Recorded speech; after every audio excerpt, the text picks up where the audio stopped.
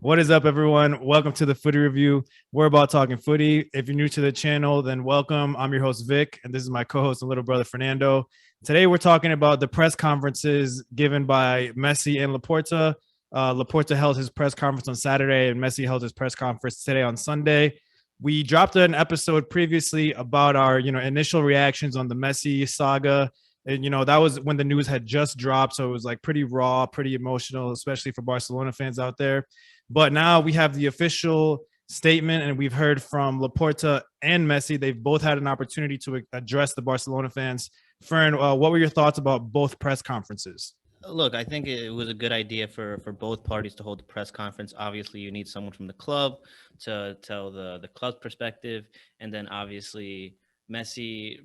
I didn't know how it was going to go. I didn't know if he was going to kind of go on maybe like a rant about the club or La Liga or what so have you. But I can start with Laporta, and I think you had a point in the last podcast that we did that he really does place a lot of the blame heavily on La Liga and La Liga regulations. I think that he does try to make a pass at those rules being the reason that Messi isn't able to sign again. He makes the point that, hey, we had the agreement, we wanted him to stay, he wanted to stay, and it's because of the rules that are in place we haven't been able to do that.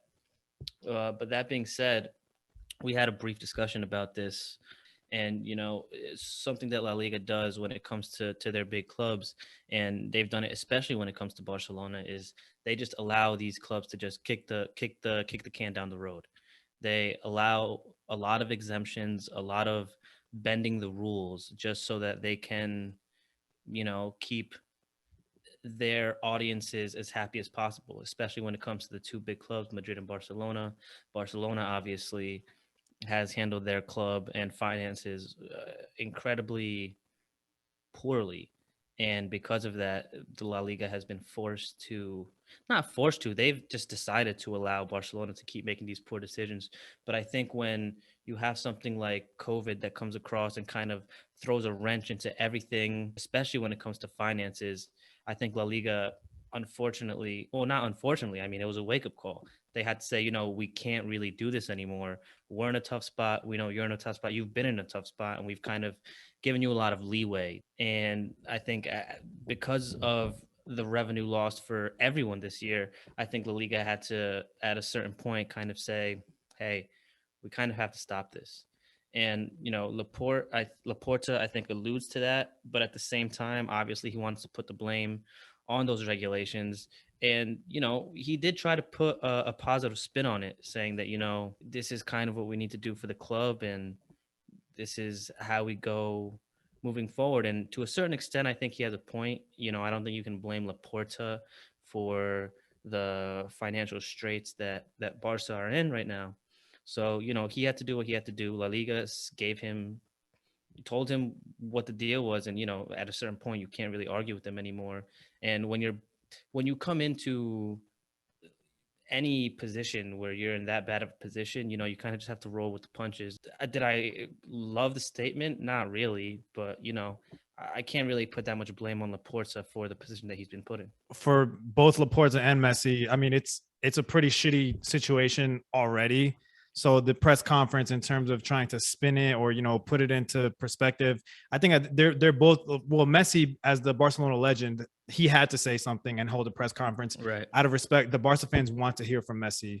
and then Laporta, as the president of the club, he has to show some face and try and spin it because he still is in charge of the organization. But my first impression from watching both press conferences was that both Laporta and Messi genuinely thought Messi would be able to stay with Barcelona up until very recently.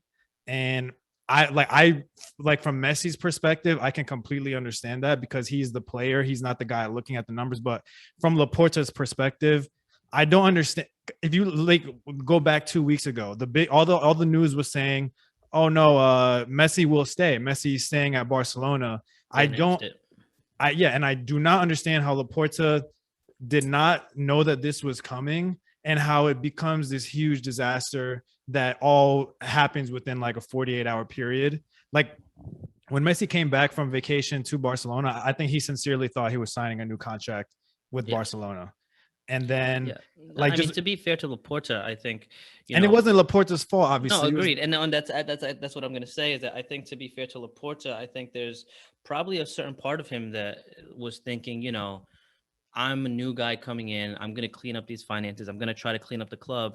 La Liga has given us so many exemptions in the past. I'm sure with me coming in with the intention of trying to, figure this shit out, make it better, and clean up the finances. Because I mean, they had to do that anyways. Even if they were to keep Messi, they have to let a lot of players go. And so maybe he was just hoping at the bottom of his heart that they would, say, hey, it's a new guy coming in. We'll give him a break and we'll see how they do this year to try to clean up their finances. So I think he was hoping for maybe one last exemption, but La Liga just, and I don't blame La Liga either. You've been doing this for this club for so long that after a pandemic and all this revenue lost, you kind of have to, compensate for those losses. And maybe it just seems to be the straw that broke the camel's back. well, when they held elections and when Laporta was running, to get elected to be the president, the main thing that he was running on is Messi's not going to leave the club. We're going to keep Messi.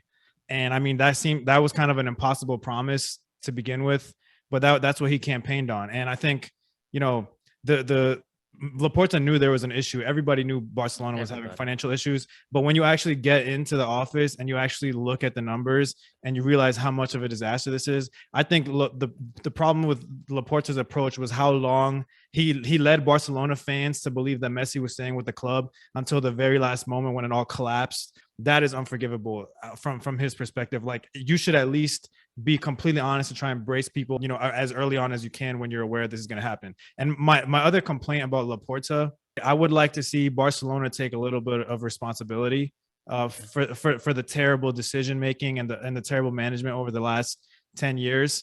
It just seems like everyone is trying to deflect blame and no one's owning up to it. And I understand it's not Laporta's administration as the president, but still, at least fess up to the fact that Barcelona, I mean, we kind of did this to ourselves, and we kept letting ourselves get into this financial hole, and everybody was just like acting like it wasn't happening, and like the club wasn't going bankrupt. And the La Liga has to impose these rules and stick to them out of fairness to the other teams, because if one of the smaller teams is in violation of the finance rules, La Liga is not going to give that team a pass. They'll give Real Madrid, Barca, and Atletico a pass because they're the main revenue generators for the league. But if you're any of the other 17 teams, I can completely understand why you would want a Liga to enforce the rules, even if it's against Barca, Real Madrid, or Atletico. Now, I'm not going to go too much into a rant about Barcelona's mismanagement. If you want to see that, you can check out our last video. But Messi, I mean, he's never been the most eloquent speaker, and he was also choked up during the conversation. During the press conference. And when he broke down crying in front of the cameras and he got that standing ovation and his wife handed him the tissue to wipe off his tears, me as a Madrid fan, that even hurt me, man. And it really is the end of an era for La Liga. I mean, Ronaldo was gone and Messi, was the other player that was really carrying the league, and now he's gone too. I really feel bad for Messi. I think Barcelona led him to believe that he was going to renew. They gave him false hope. And Messi's not going to trash Barcelona. I wonder how many things he didn't say in the press conference. I wonder if he has any like personal resentment against the management of the club. But I mean, Messi loves Barcelona. He's never going to trash the club. But yeah, end of an era, and it was in the worst possible way.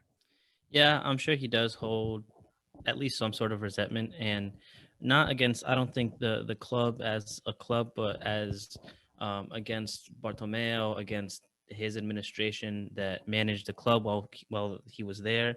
And I mean, Messi made it a public thing. I wouldn't call it a publicity stunt or anything, but he made it very public that he was going in to vote on the new president, on who was going to take control of the club after Bartomeu. And everybody knew that he didn't like Bartomeu. Everybody knew that he wasn't voting for Bartomeu to continue running that club, because Bartomeu is the one that caused all these problems and one of the people that he had the biggest problems with. Now, I don't mean to, Messi has given so much for the club. He's the reason the club is where they are. But, I do think that, and obviously no one's going to talk about this or say anything because you can't blame Messi for anything like the financial part of this club's financial struggles. But a lot of the huge lucrative contracts that they gave to these veteran players is because they were Messi's friends. um, Messi was furious when Suarez left. I'm sure Messi has been vying for Piqué to stay at the club, Busquets to stay at the club, and I don't blame him. But at a That's certain another good point. I like Messi's not the bad guy in this situation, but I wonder how much Messi is very influential at the club. I wonder how right, much his desire for them to stay at the club kind of led or contributed to this financial situation.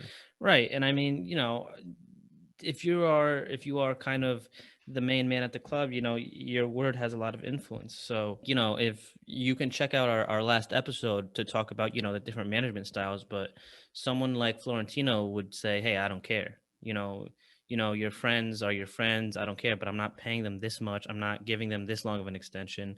And that has to do with at a certain point, it goes back to the heads of the club. And at a certain point, it's a certain weakness where you're saying, oh, we have to appease this guy. And a lot of the poor financial decisions that were made had to do with that. Suarez leaving for free, Busquets is still there, and to be fair, Busquets is, in my opinion, still one of the better players at the club, at least in terms of running that midfield. But you have players like Piqué, who guaranteed is one of the biggest money makers. Messi pushed for Griezmann to be there, guaranteed one of the biggest money makers. I'm pretty sure he even wanted Coutinho there, who's doesn't even play and is one of the biggest money makers. And you have a lot of players there that maybe just should have left a while ago. And the players that you've let go for free are players that you could have gotten quite a bit of money for in the past. Last 2-3 years, and those salaries are off the books, but instead you let them go for free, and sure, you free up some of your salary cap, but it's not, it doesn't really help out as much as it could have when you let these players go for free. You and I are both in our mid 20s. Messi's been at the club for 21 years, pretty much since we've been, old enough to watch soccer and enjoy it and understand it. We've had Messi at Barcelona, and you've become a Barcelona fan. So moving forward now, this is going to be your first time watching Barca with no Messi on the squad. How does that feel? For me, it's bittersweet. And the only reason I say that is because I have the unpopular opinion that Barcelona should have, at the very least, reduced their reliance on Messi over the last few years. It just, and I think a big part of reducing that reliance would have been bringing in newer, younger players instead of keeping these older players that you're paying crazy amounts of money to. So it's a little bittersweet. It's bitter because you hate to see him leave in this fashion. And I'm not even saying that we would want Messi to leave. I think he could have easily been a player that could have stayed there and retired there. We've had many discussions over the years. One of the ways that we could have, kind of transitioned away from Messi was kind of dropping him into the midfield and allowing other players to kind of take control of the attack. Because, as we know, Messi is not just a goal scorer. He's on the field, one of the guys who can easily pull the strings. He's great at keeping the ball. He's great at keeping possession. So when he gets older and does slow down, is not as physical, he could easily be one of the guys pulling those strings in the midfield.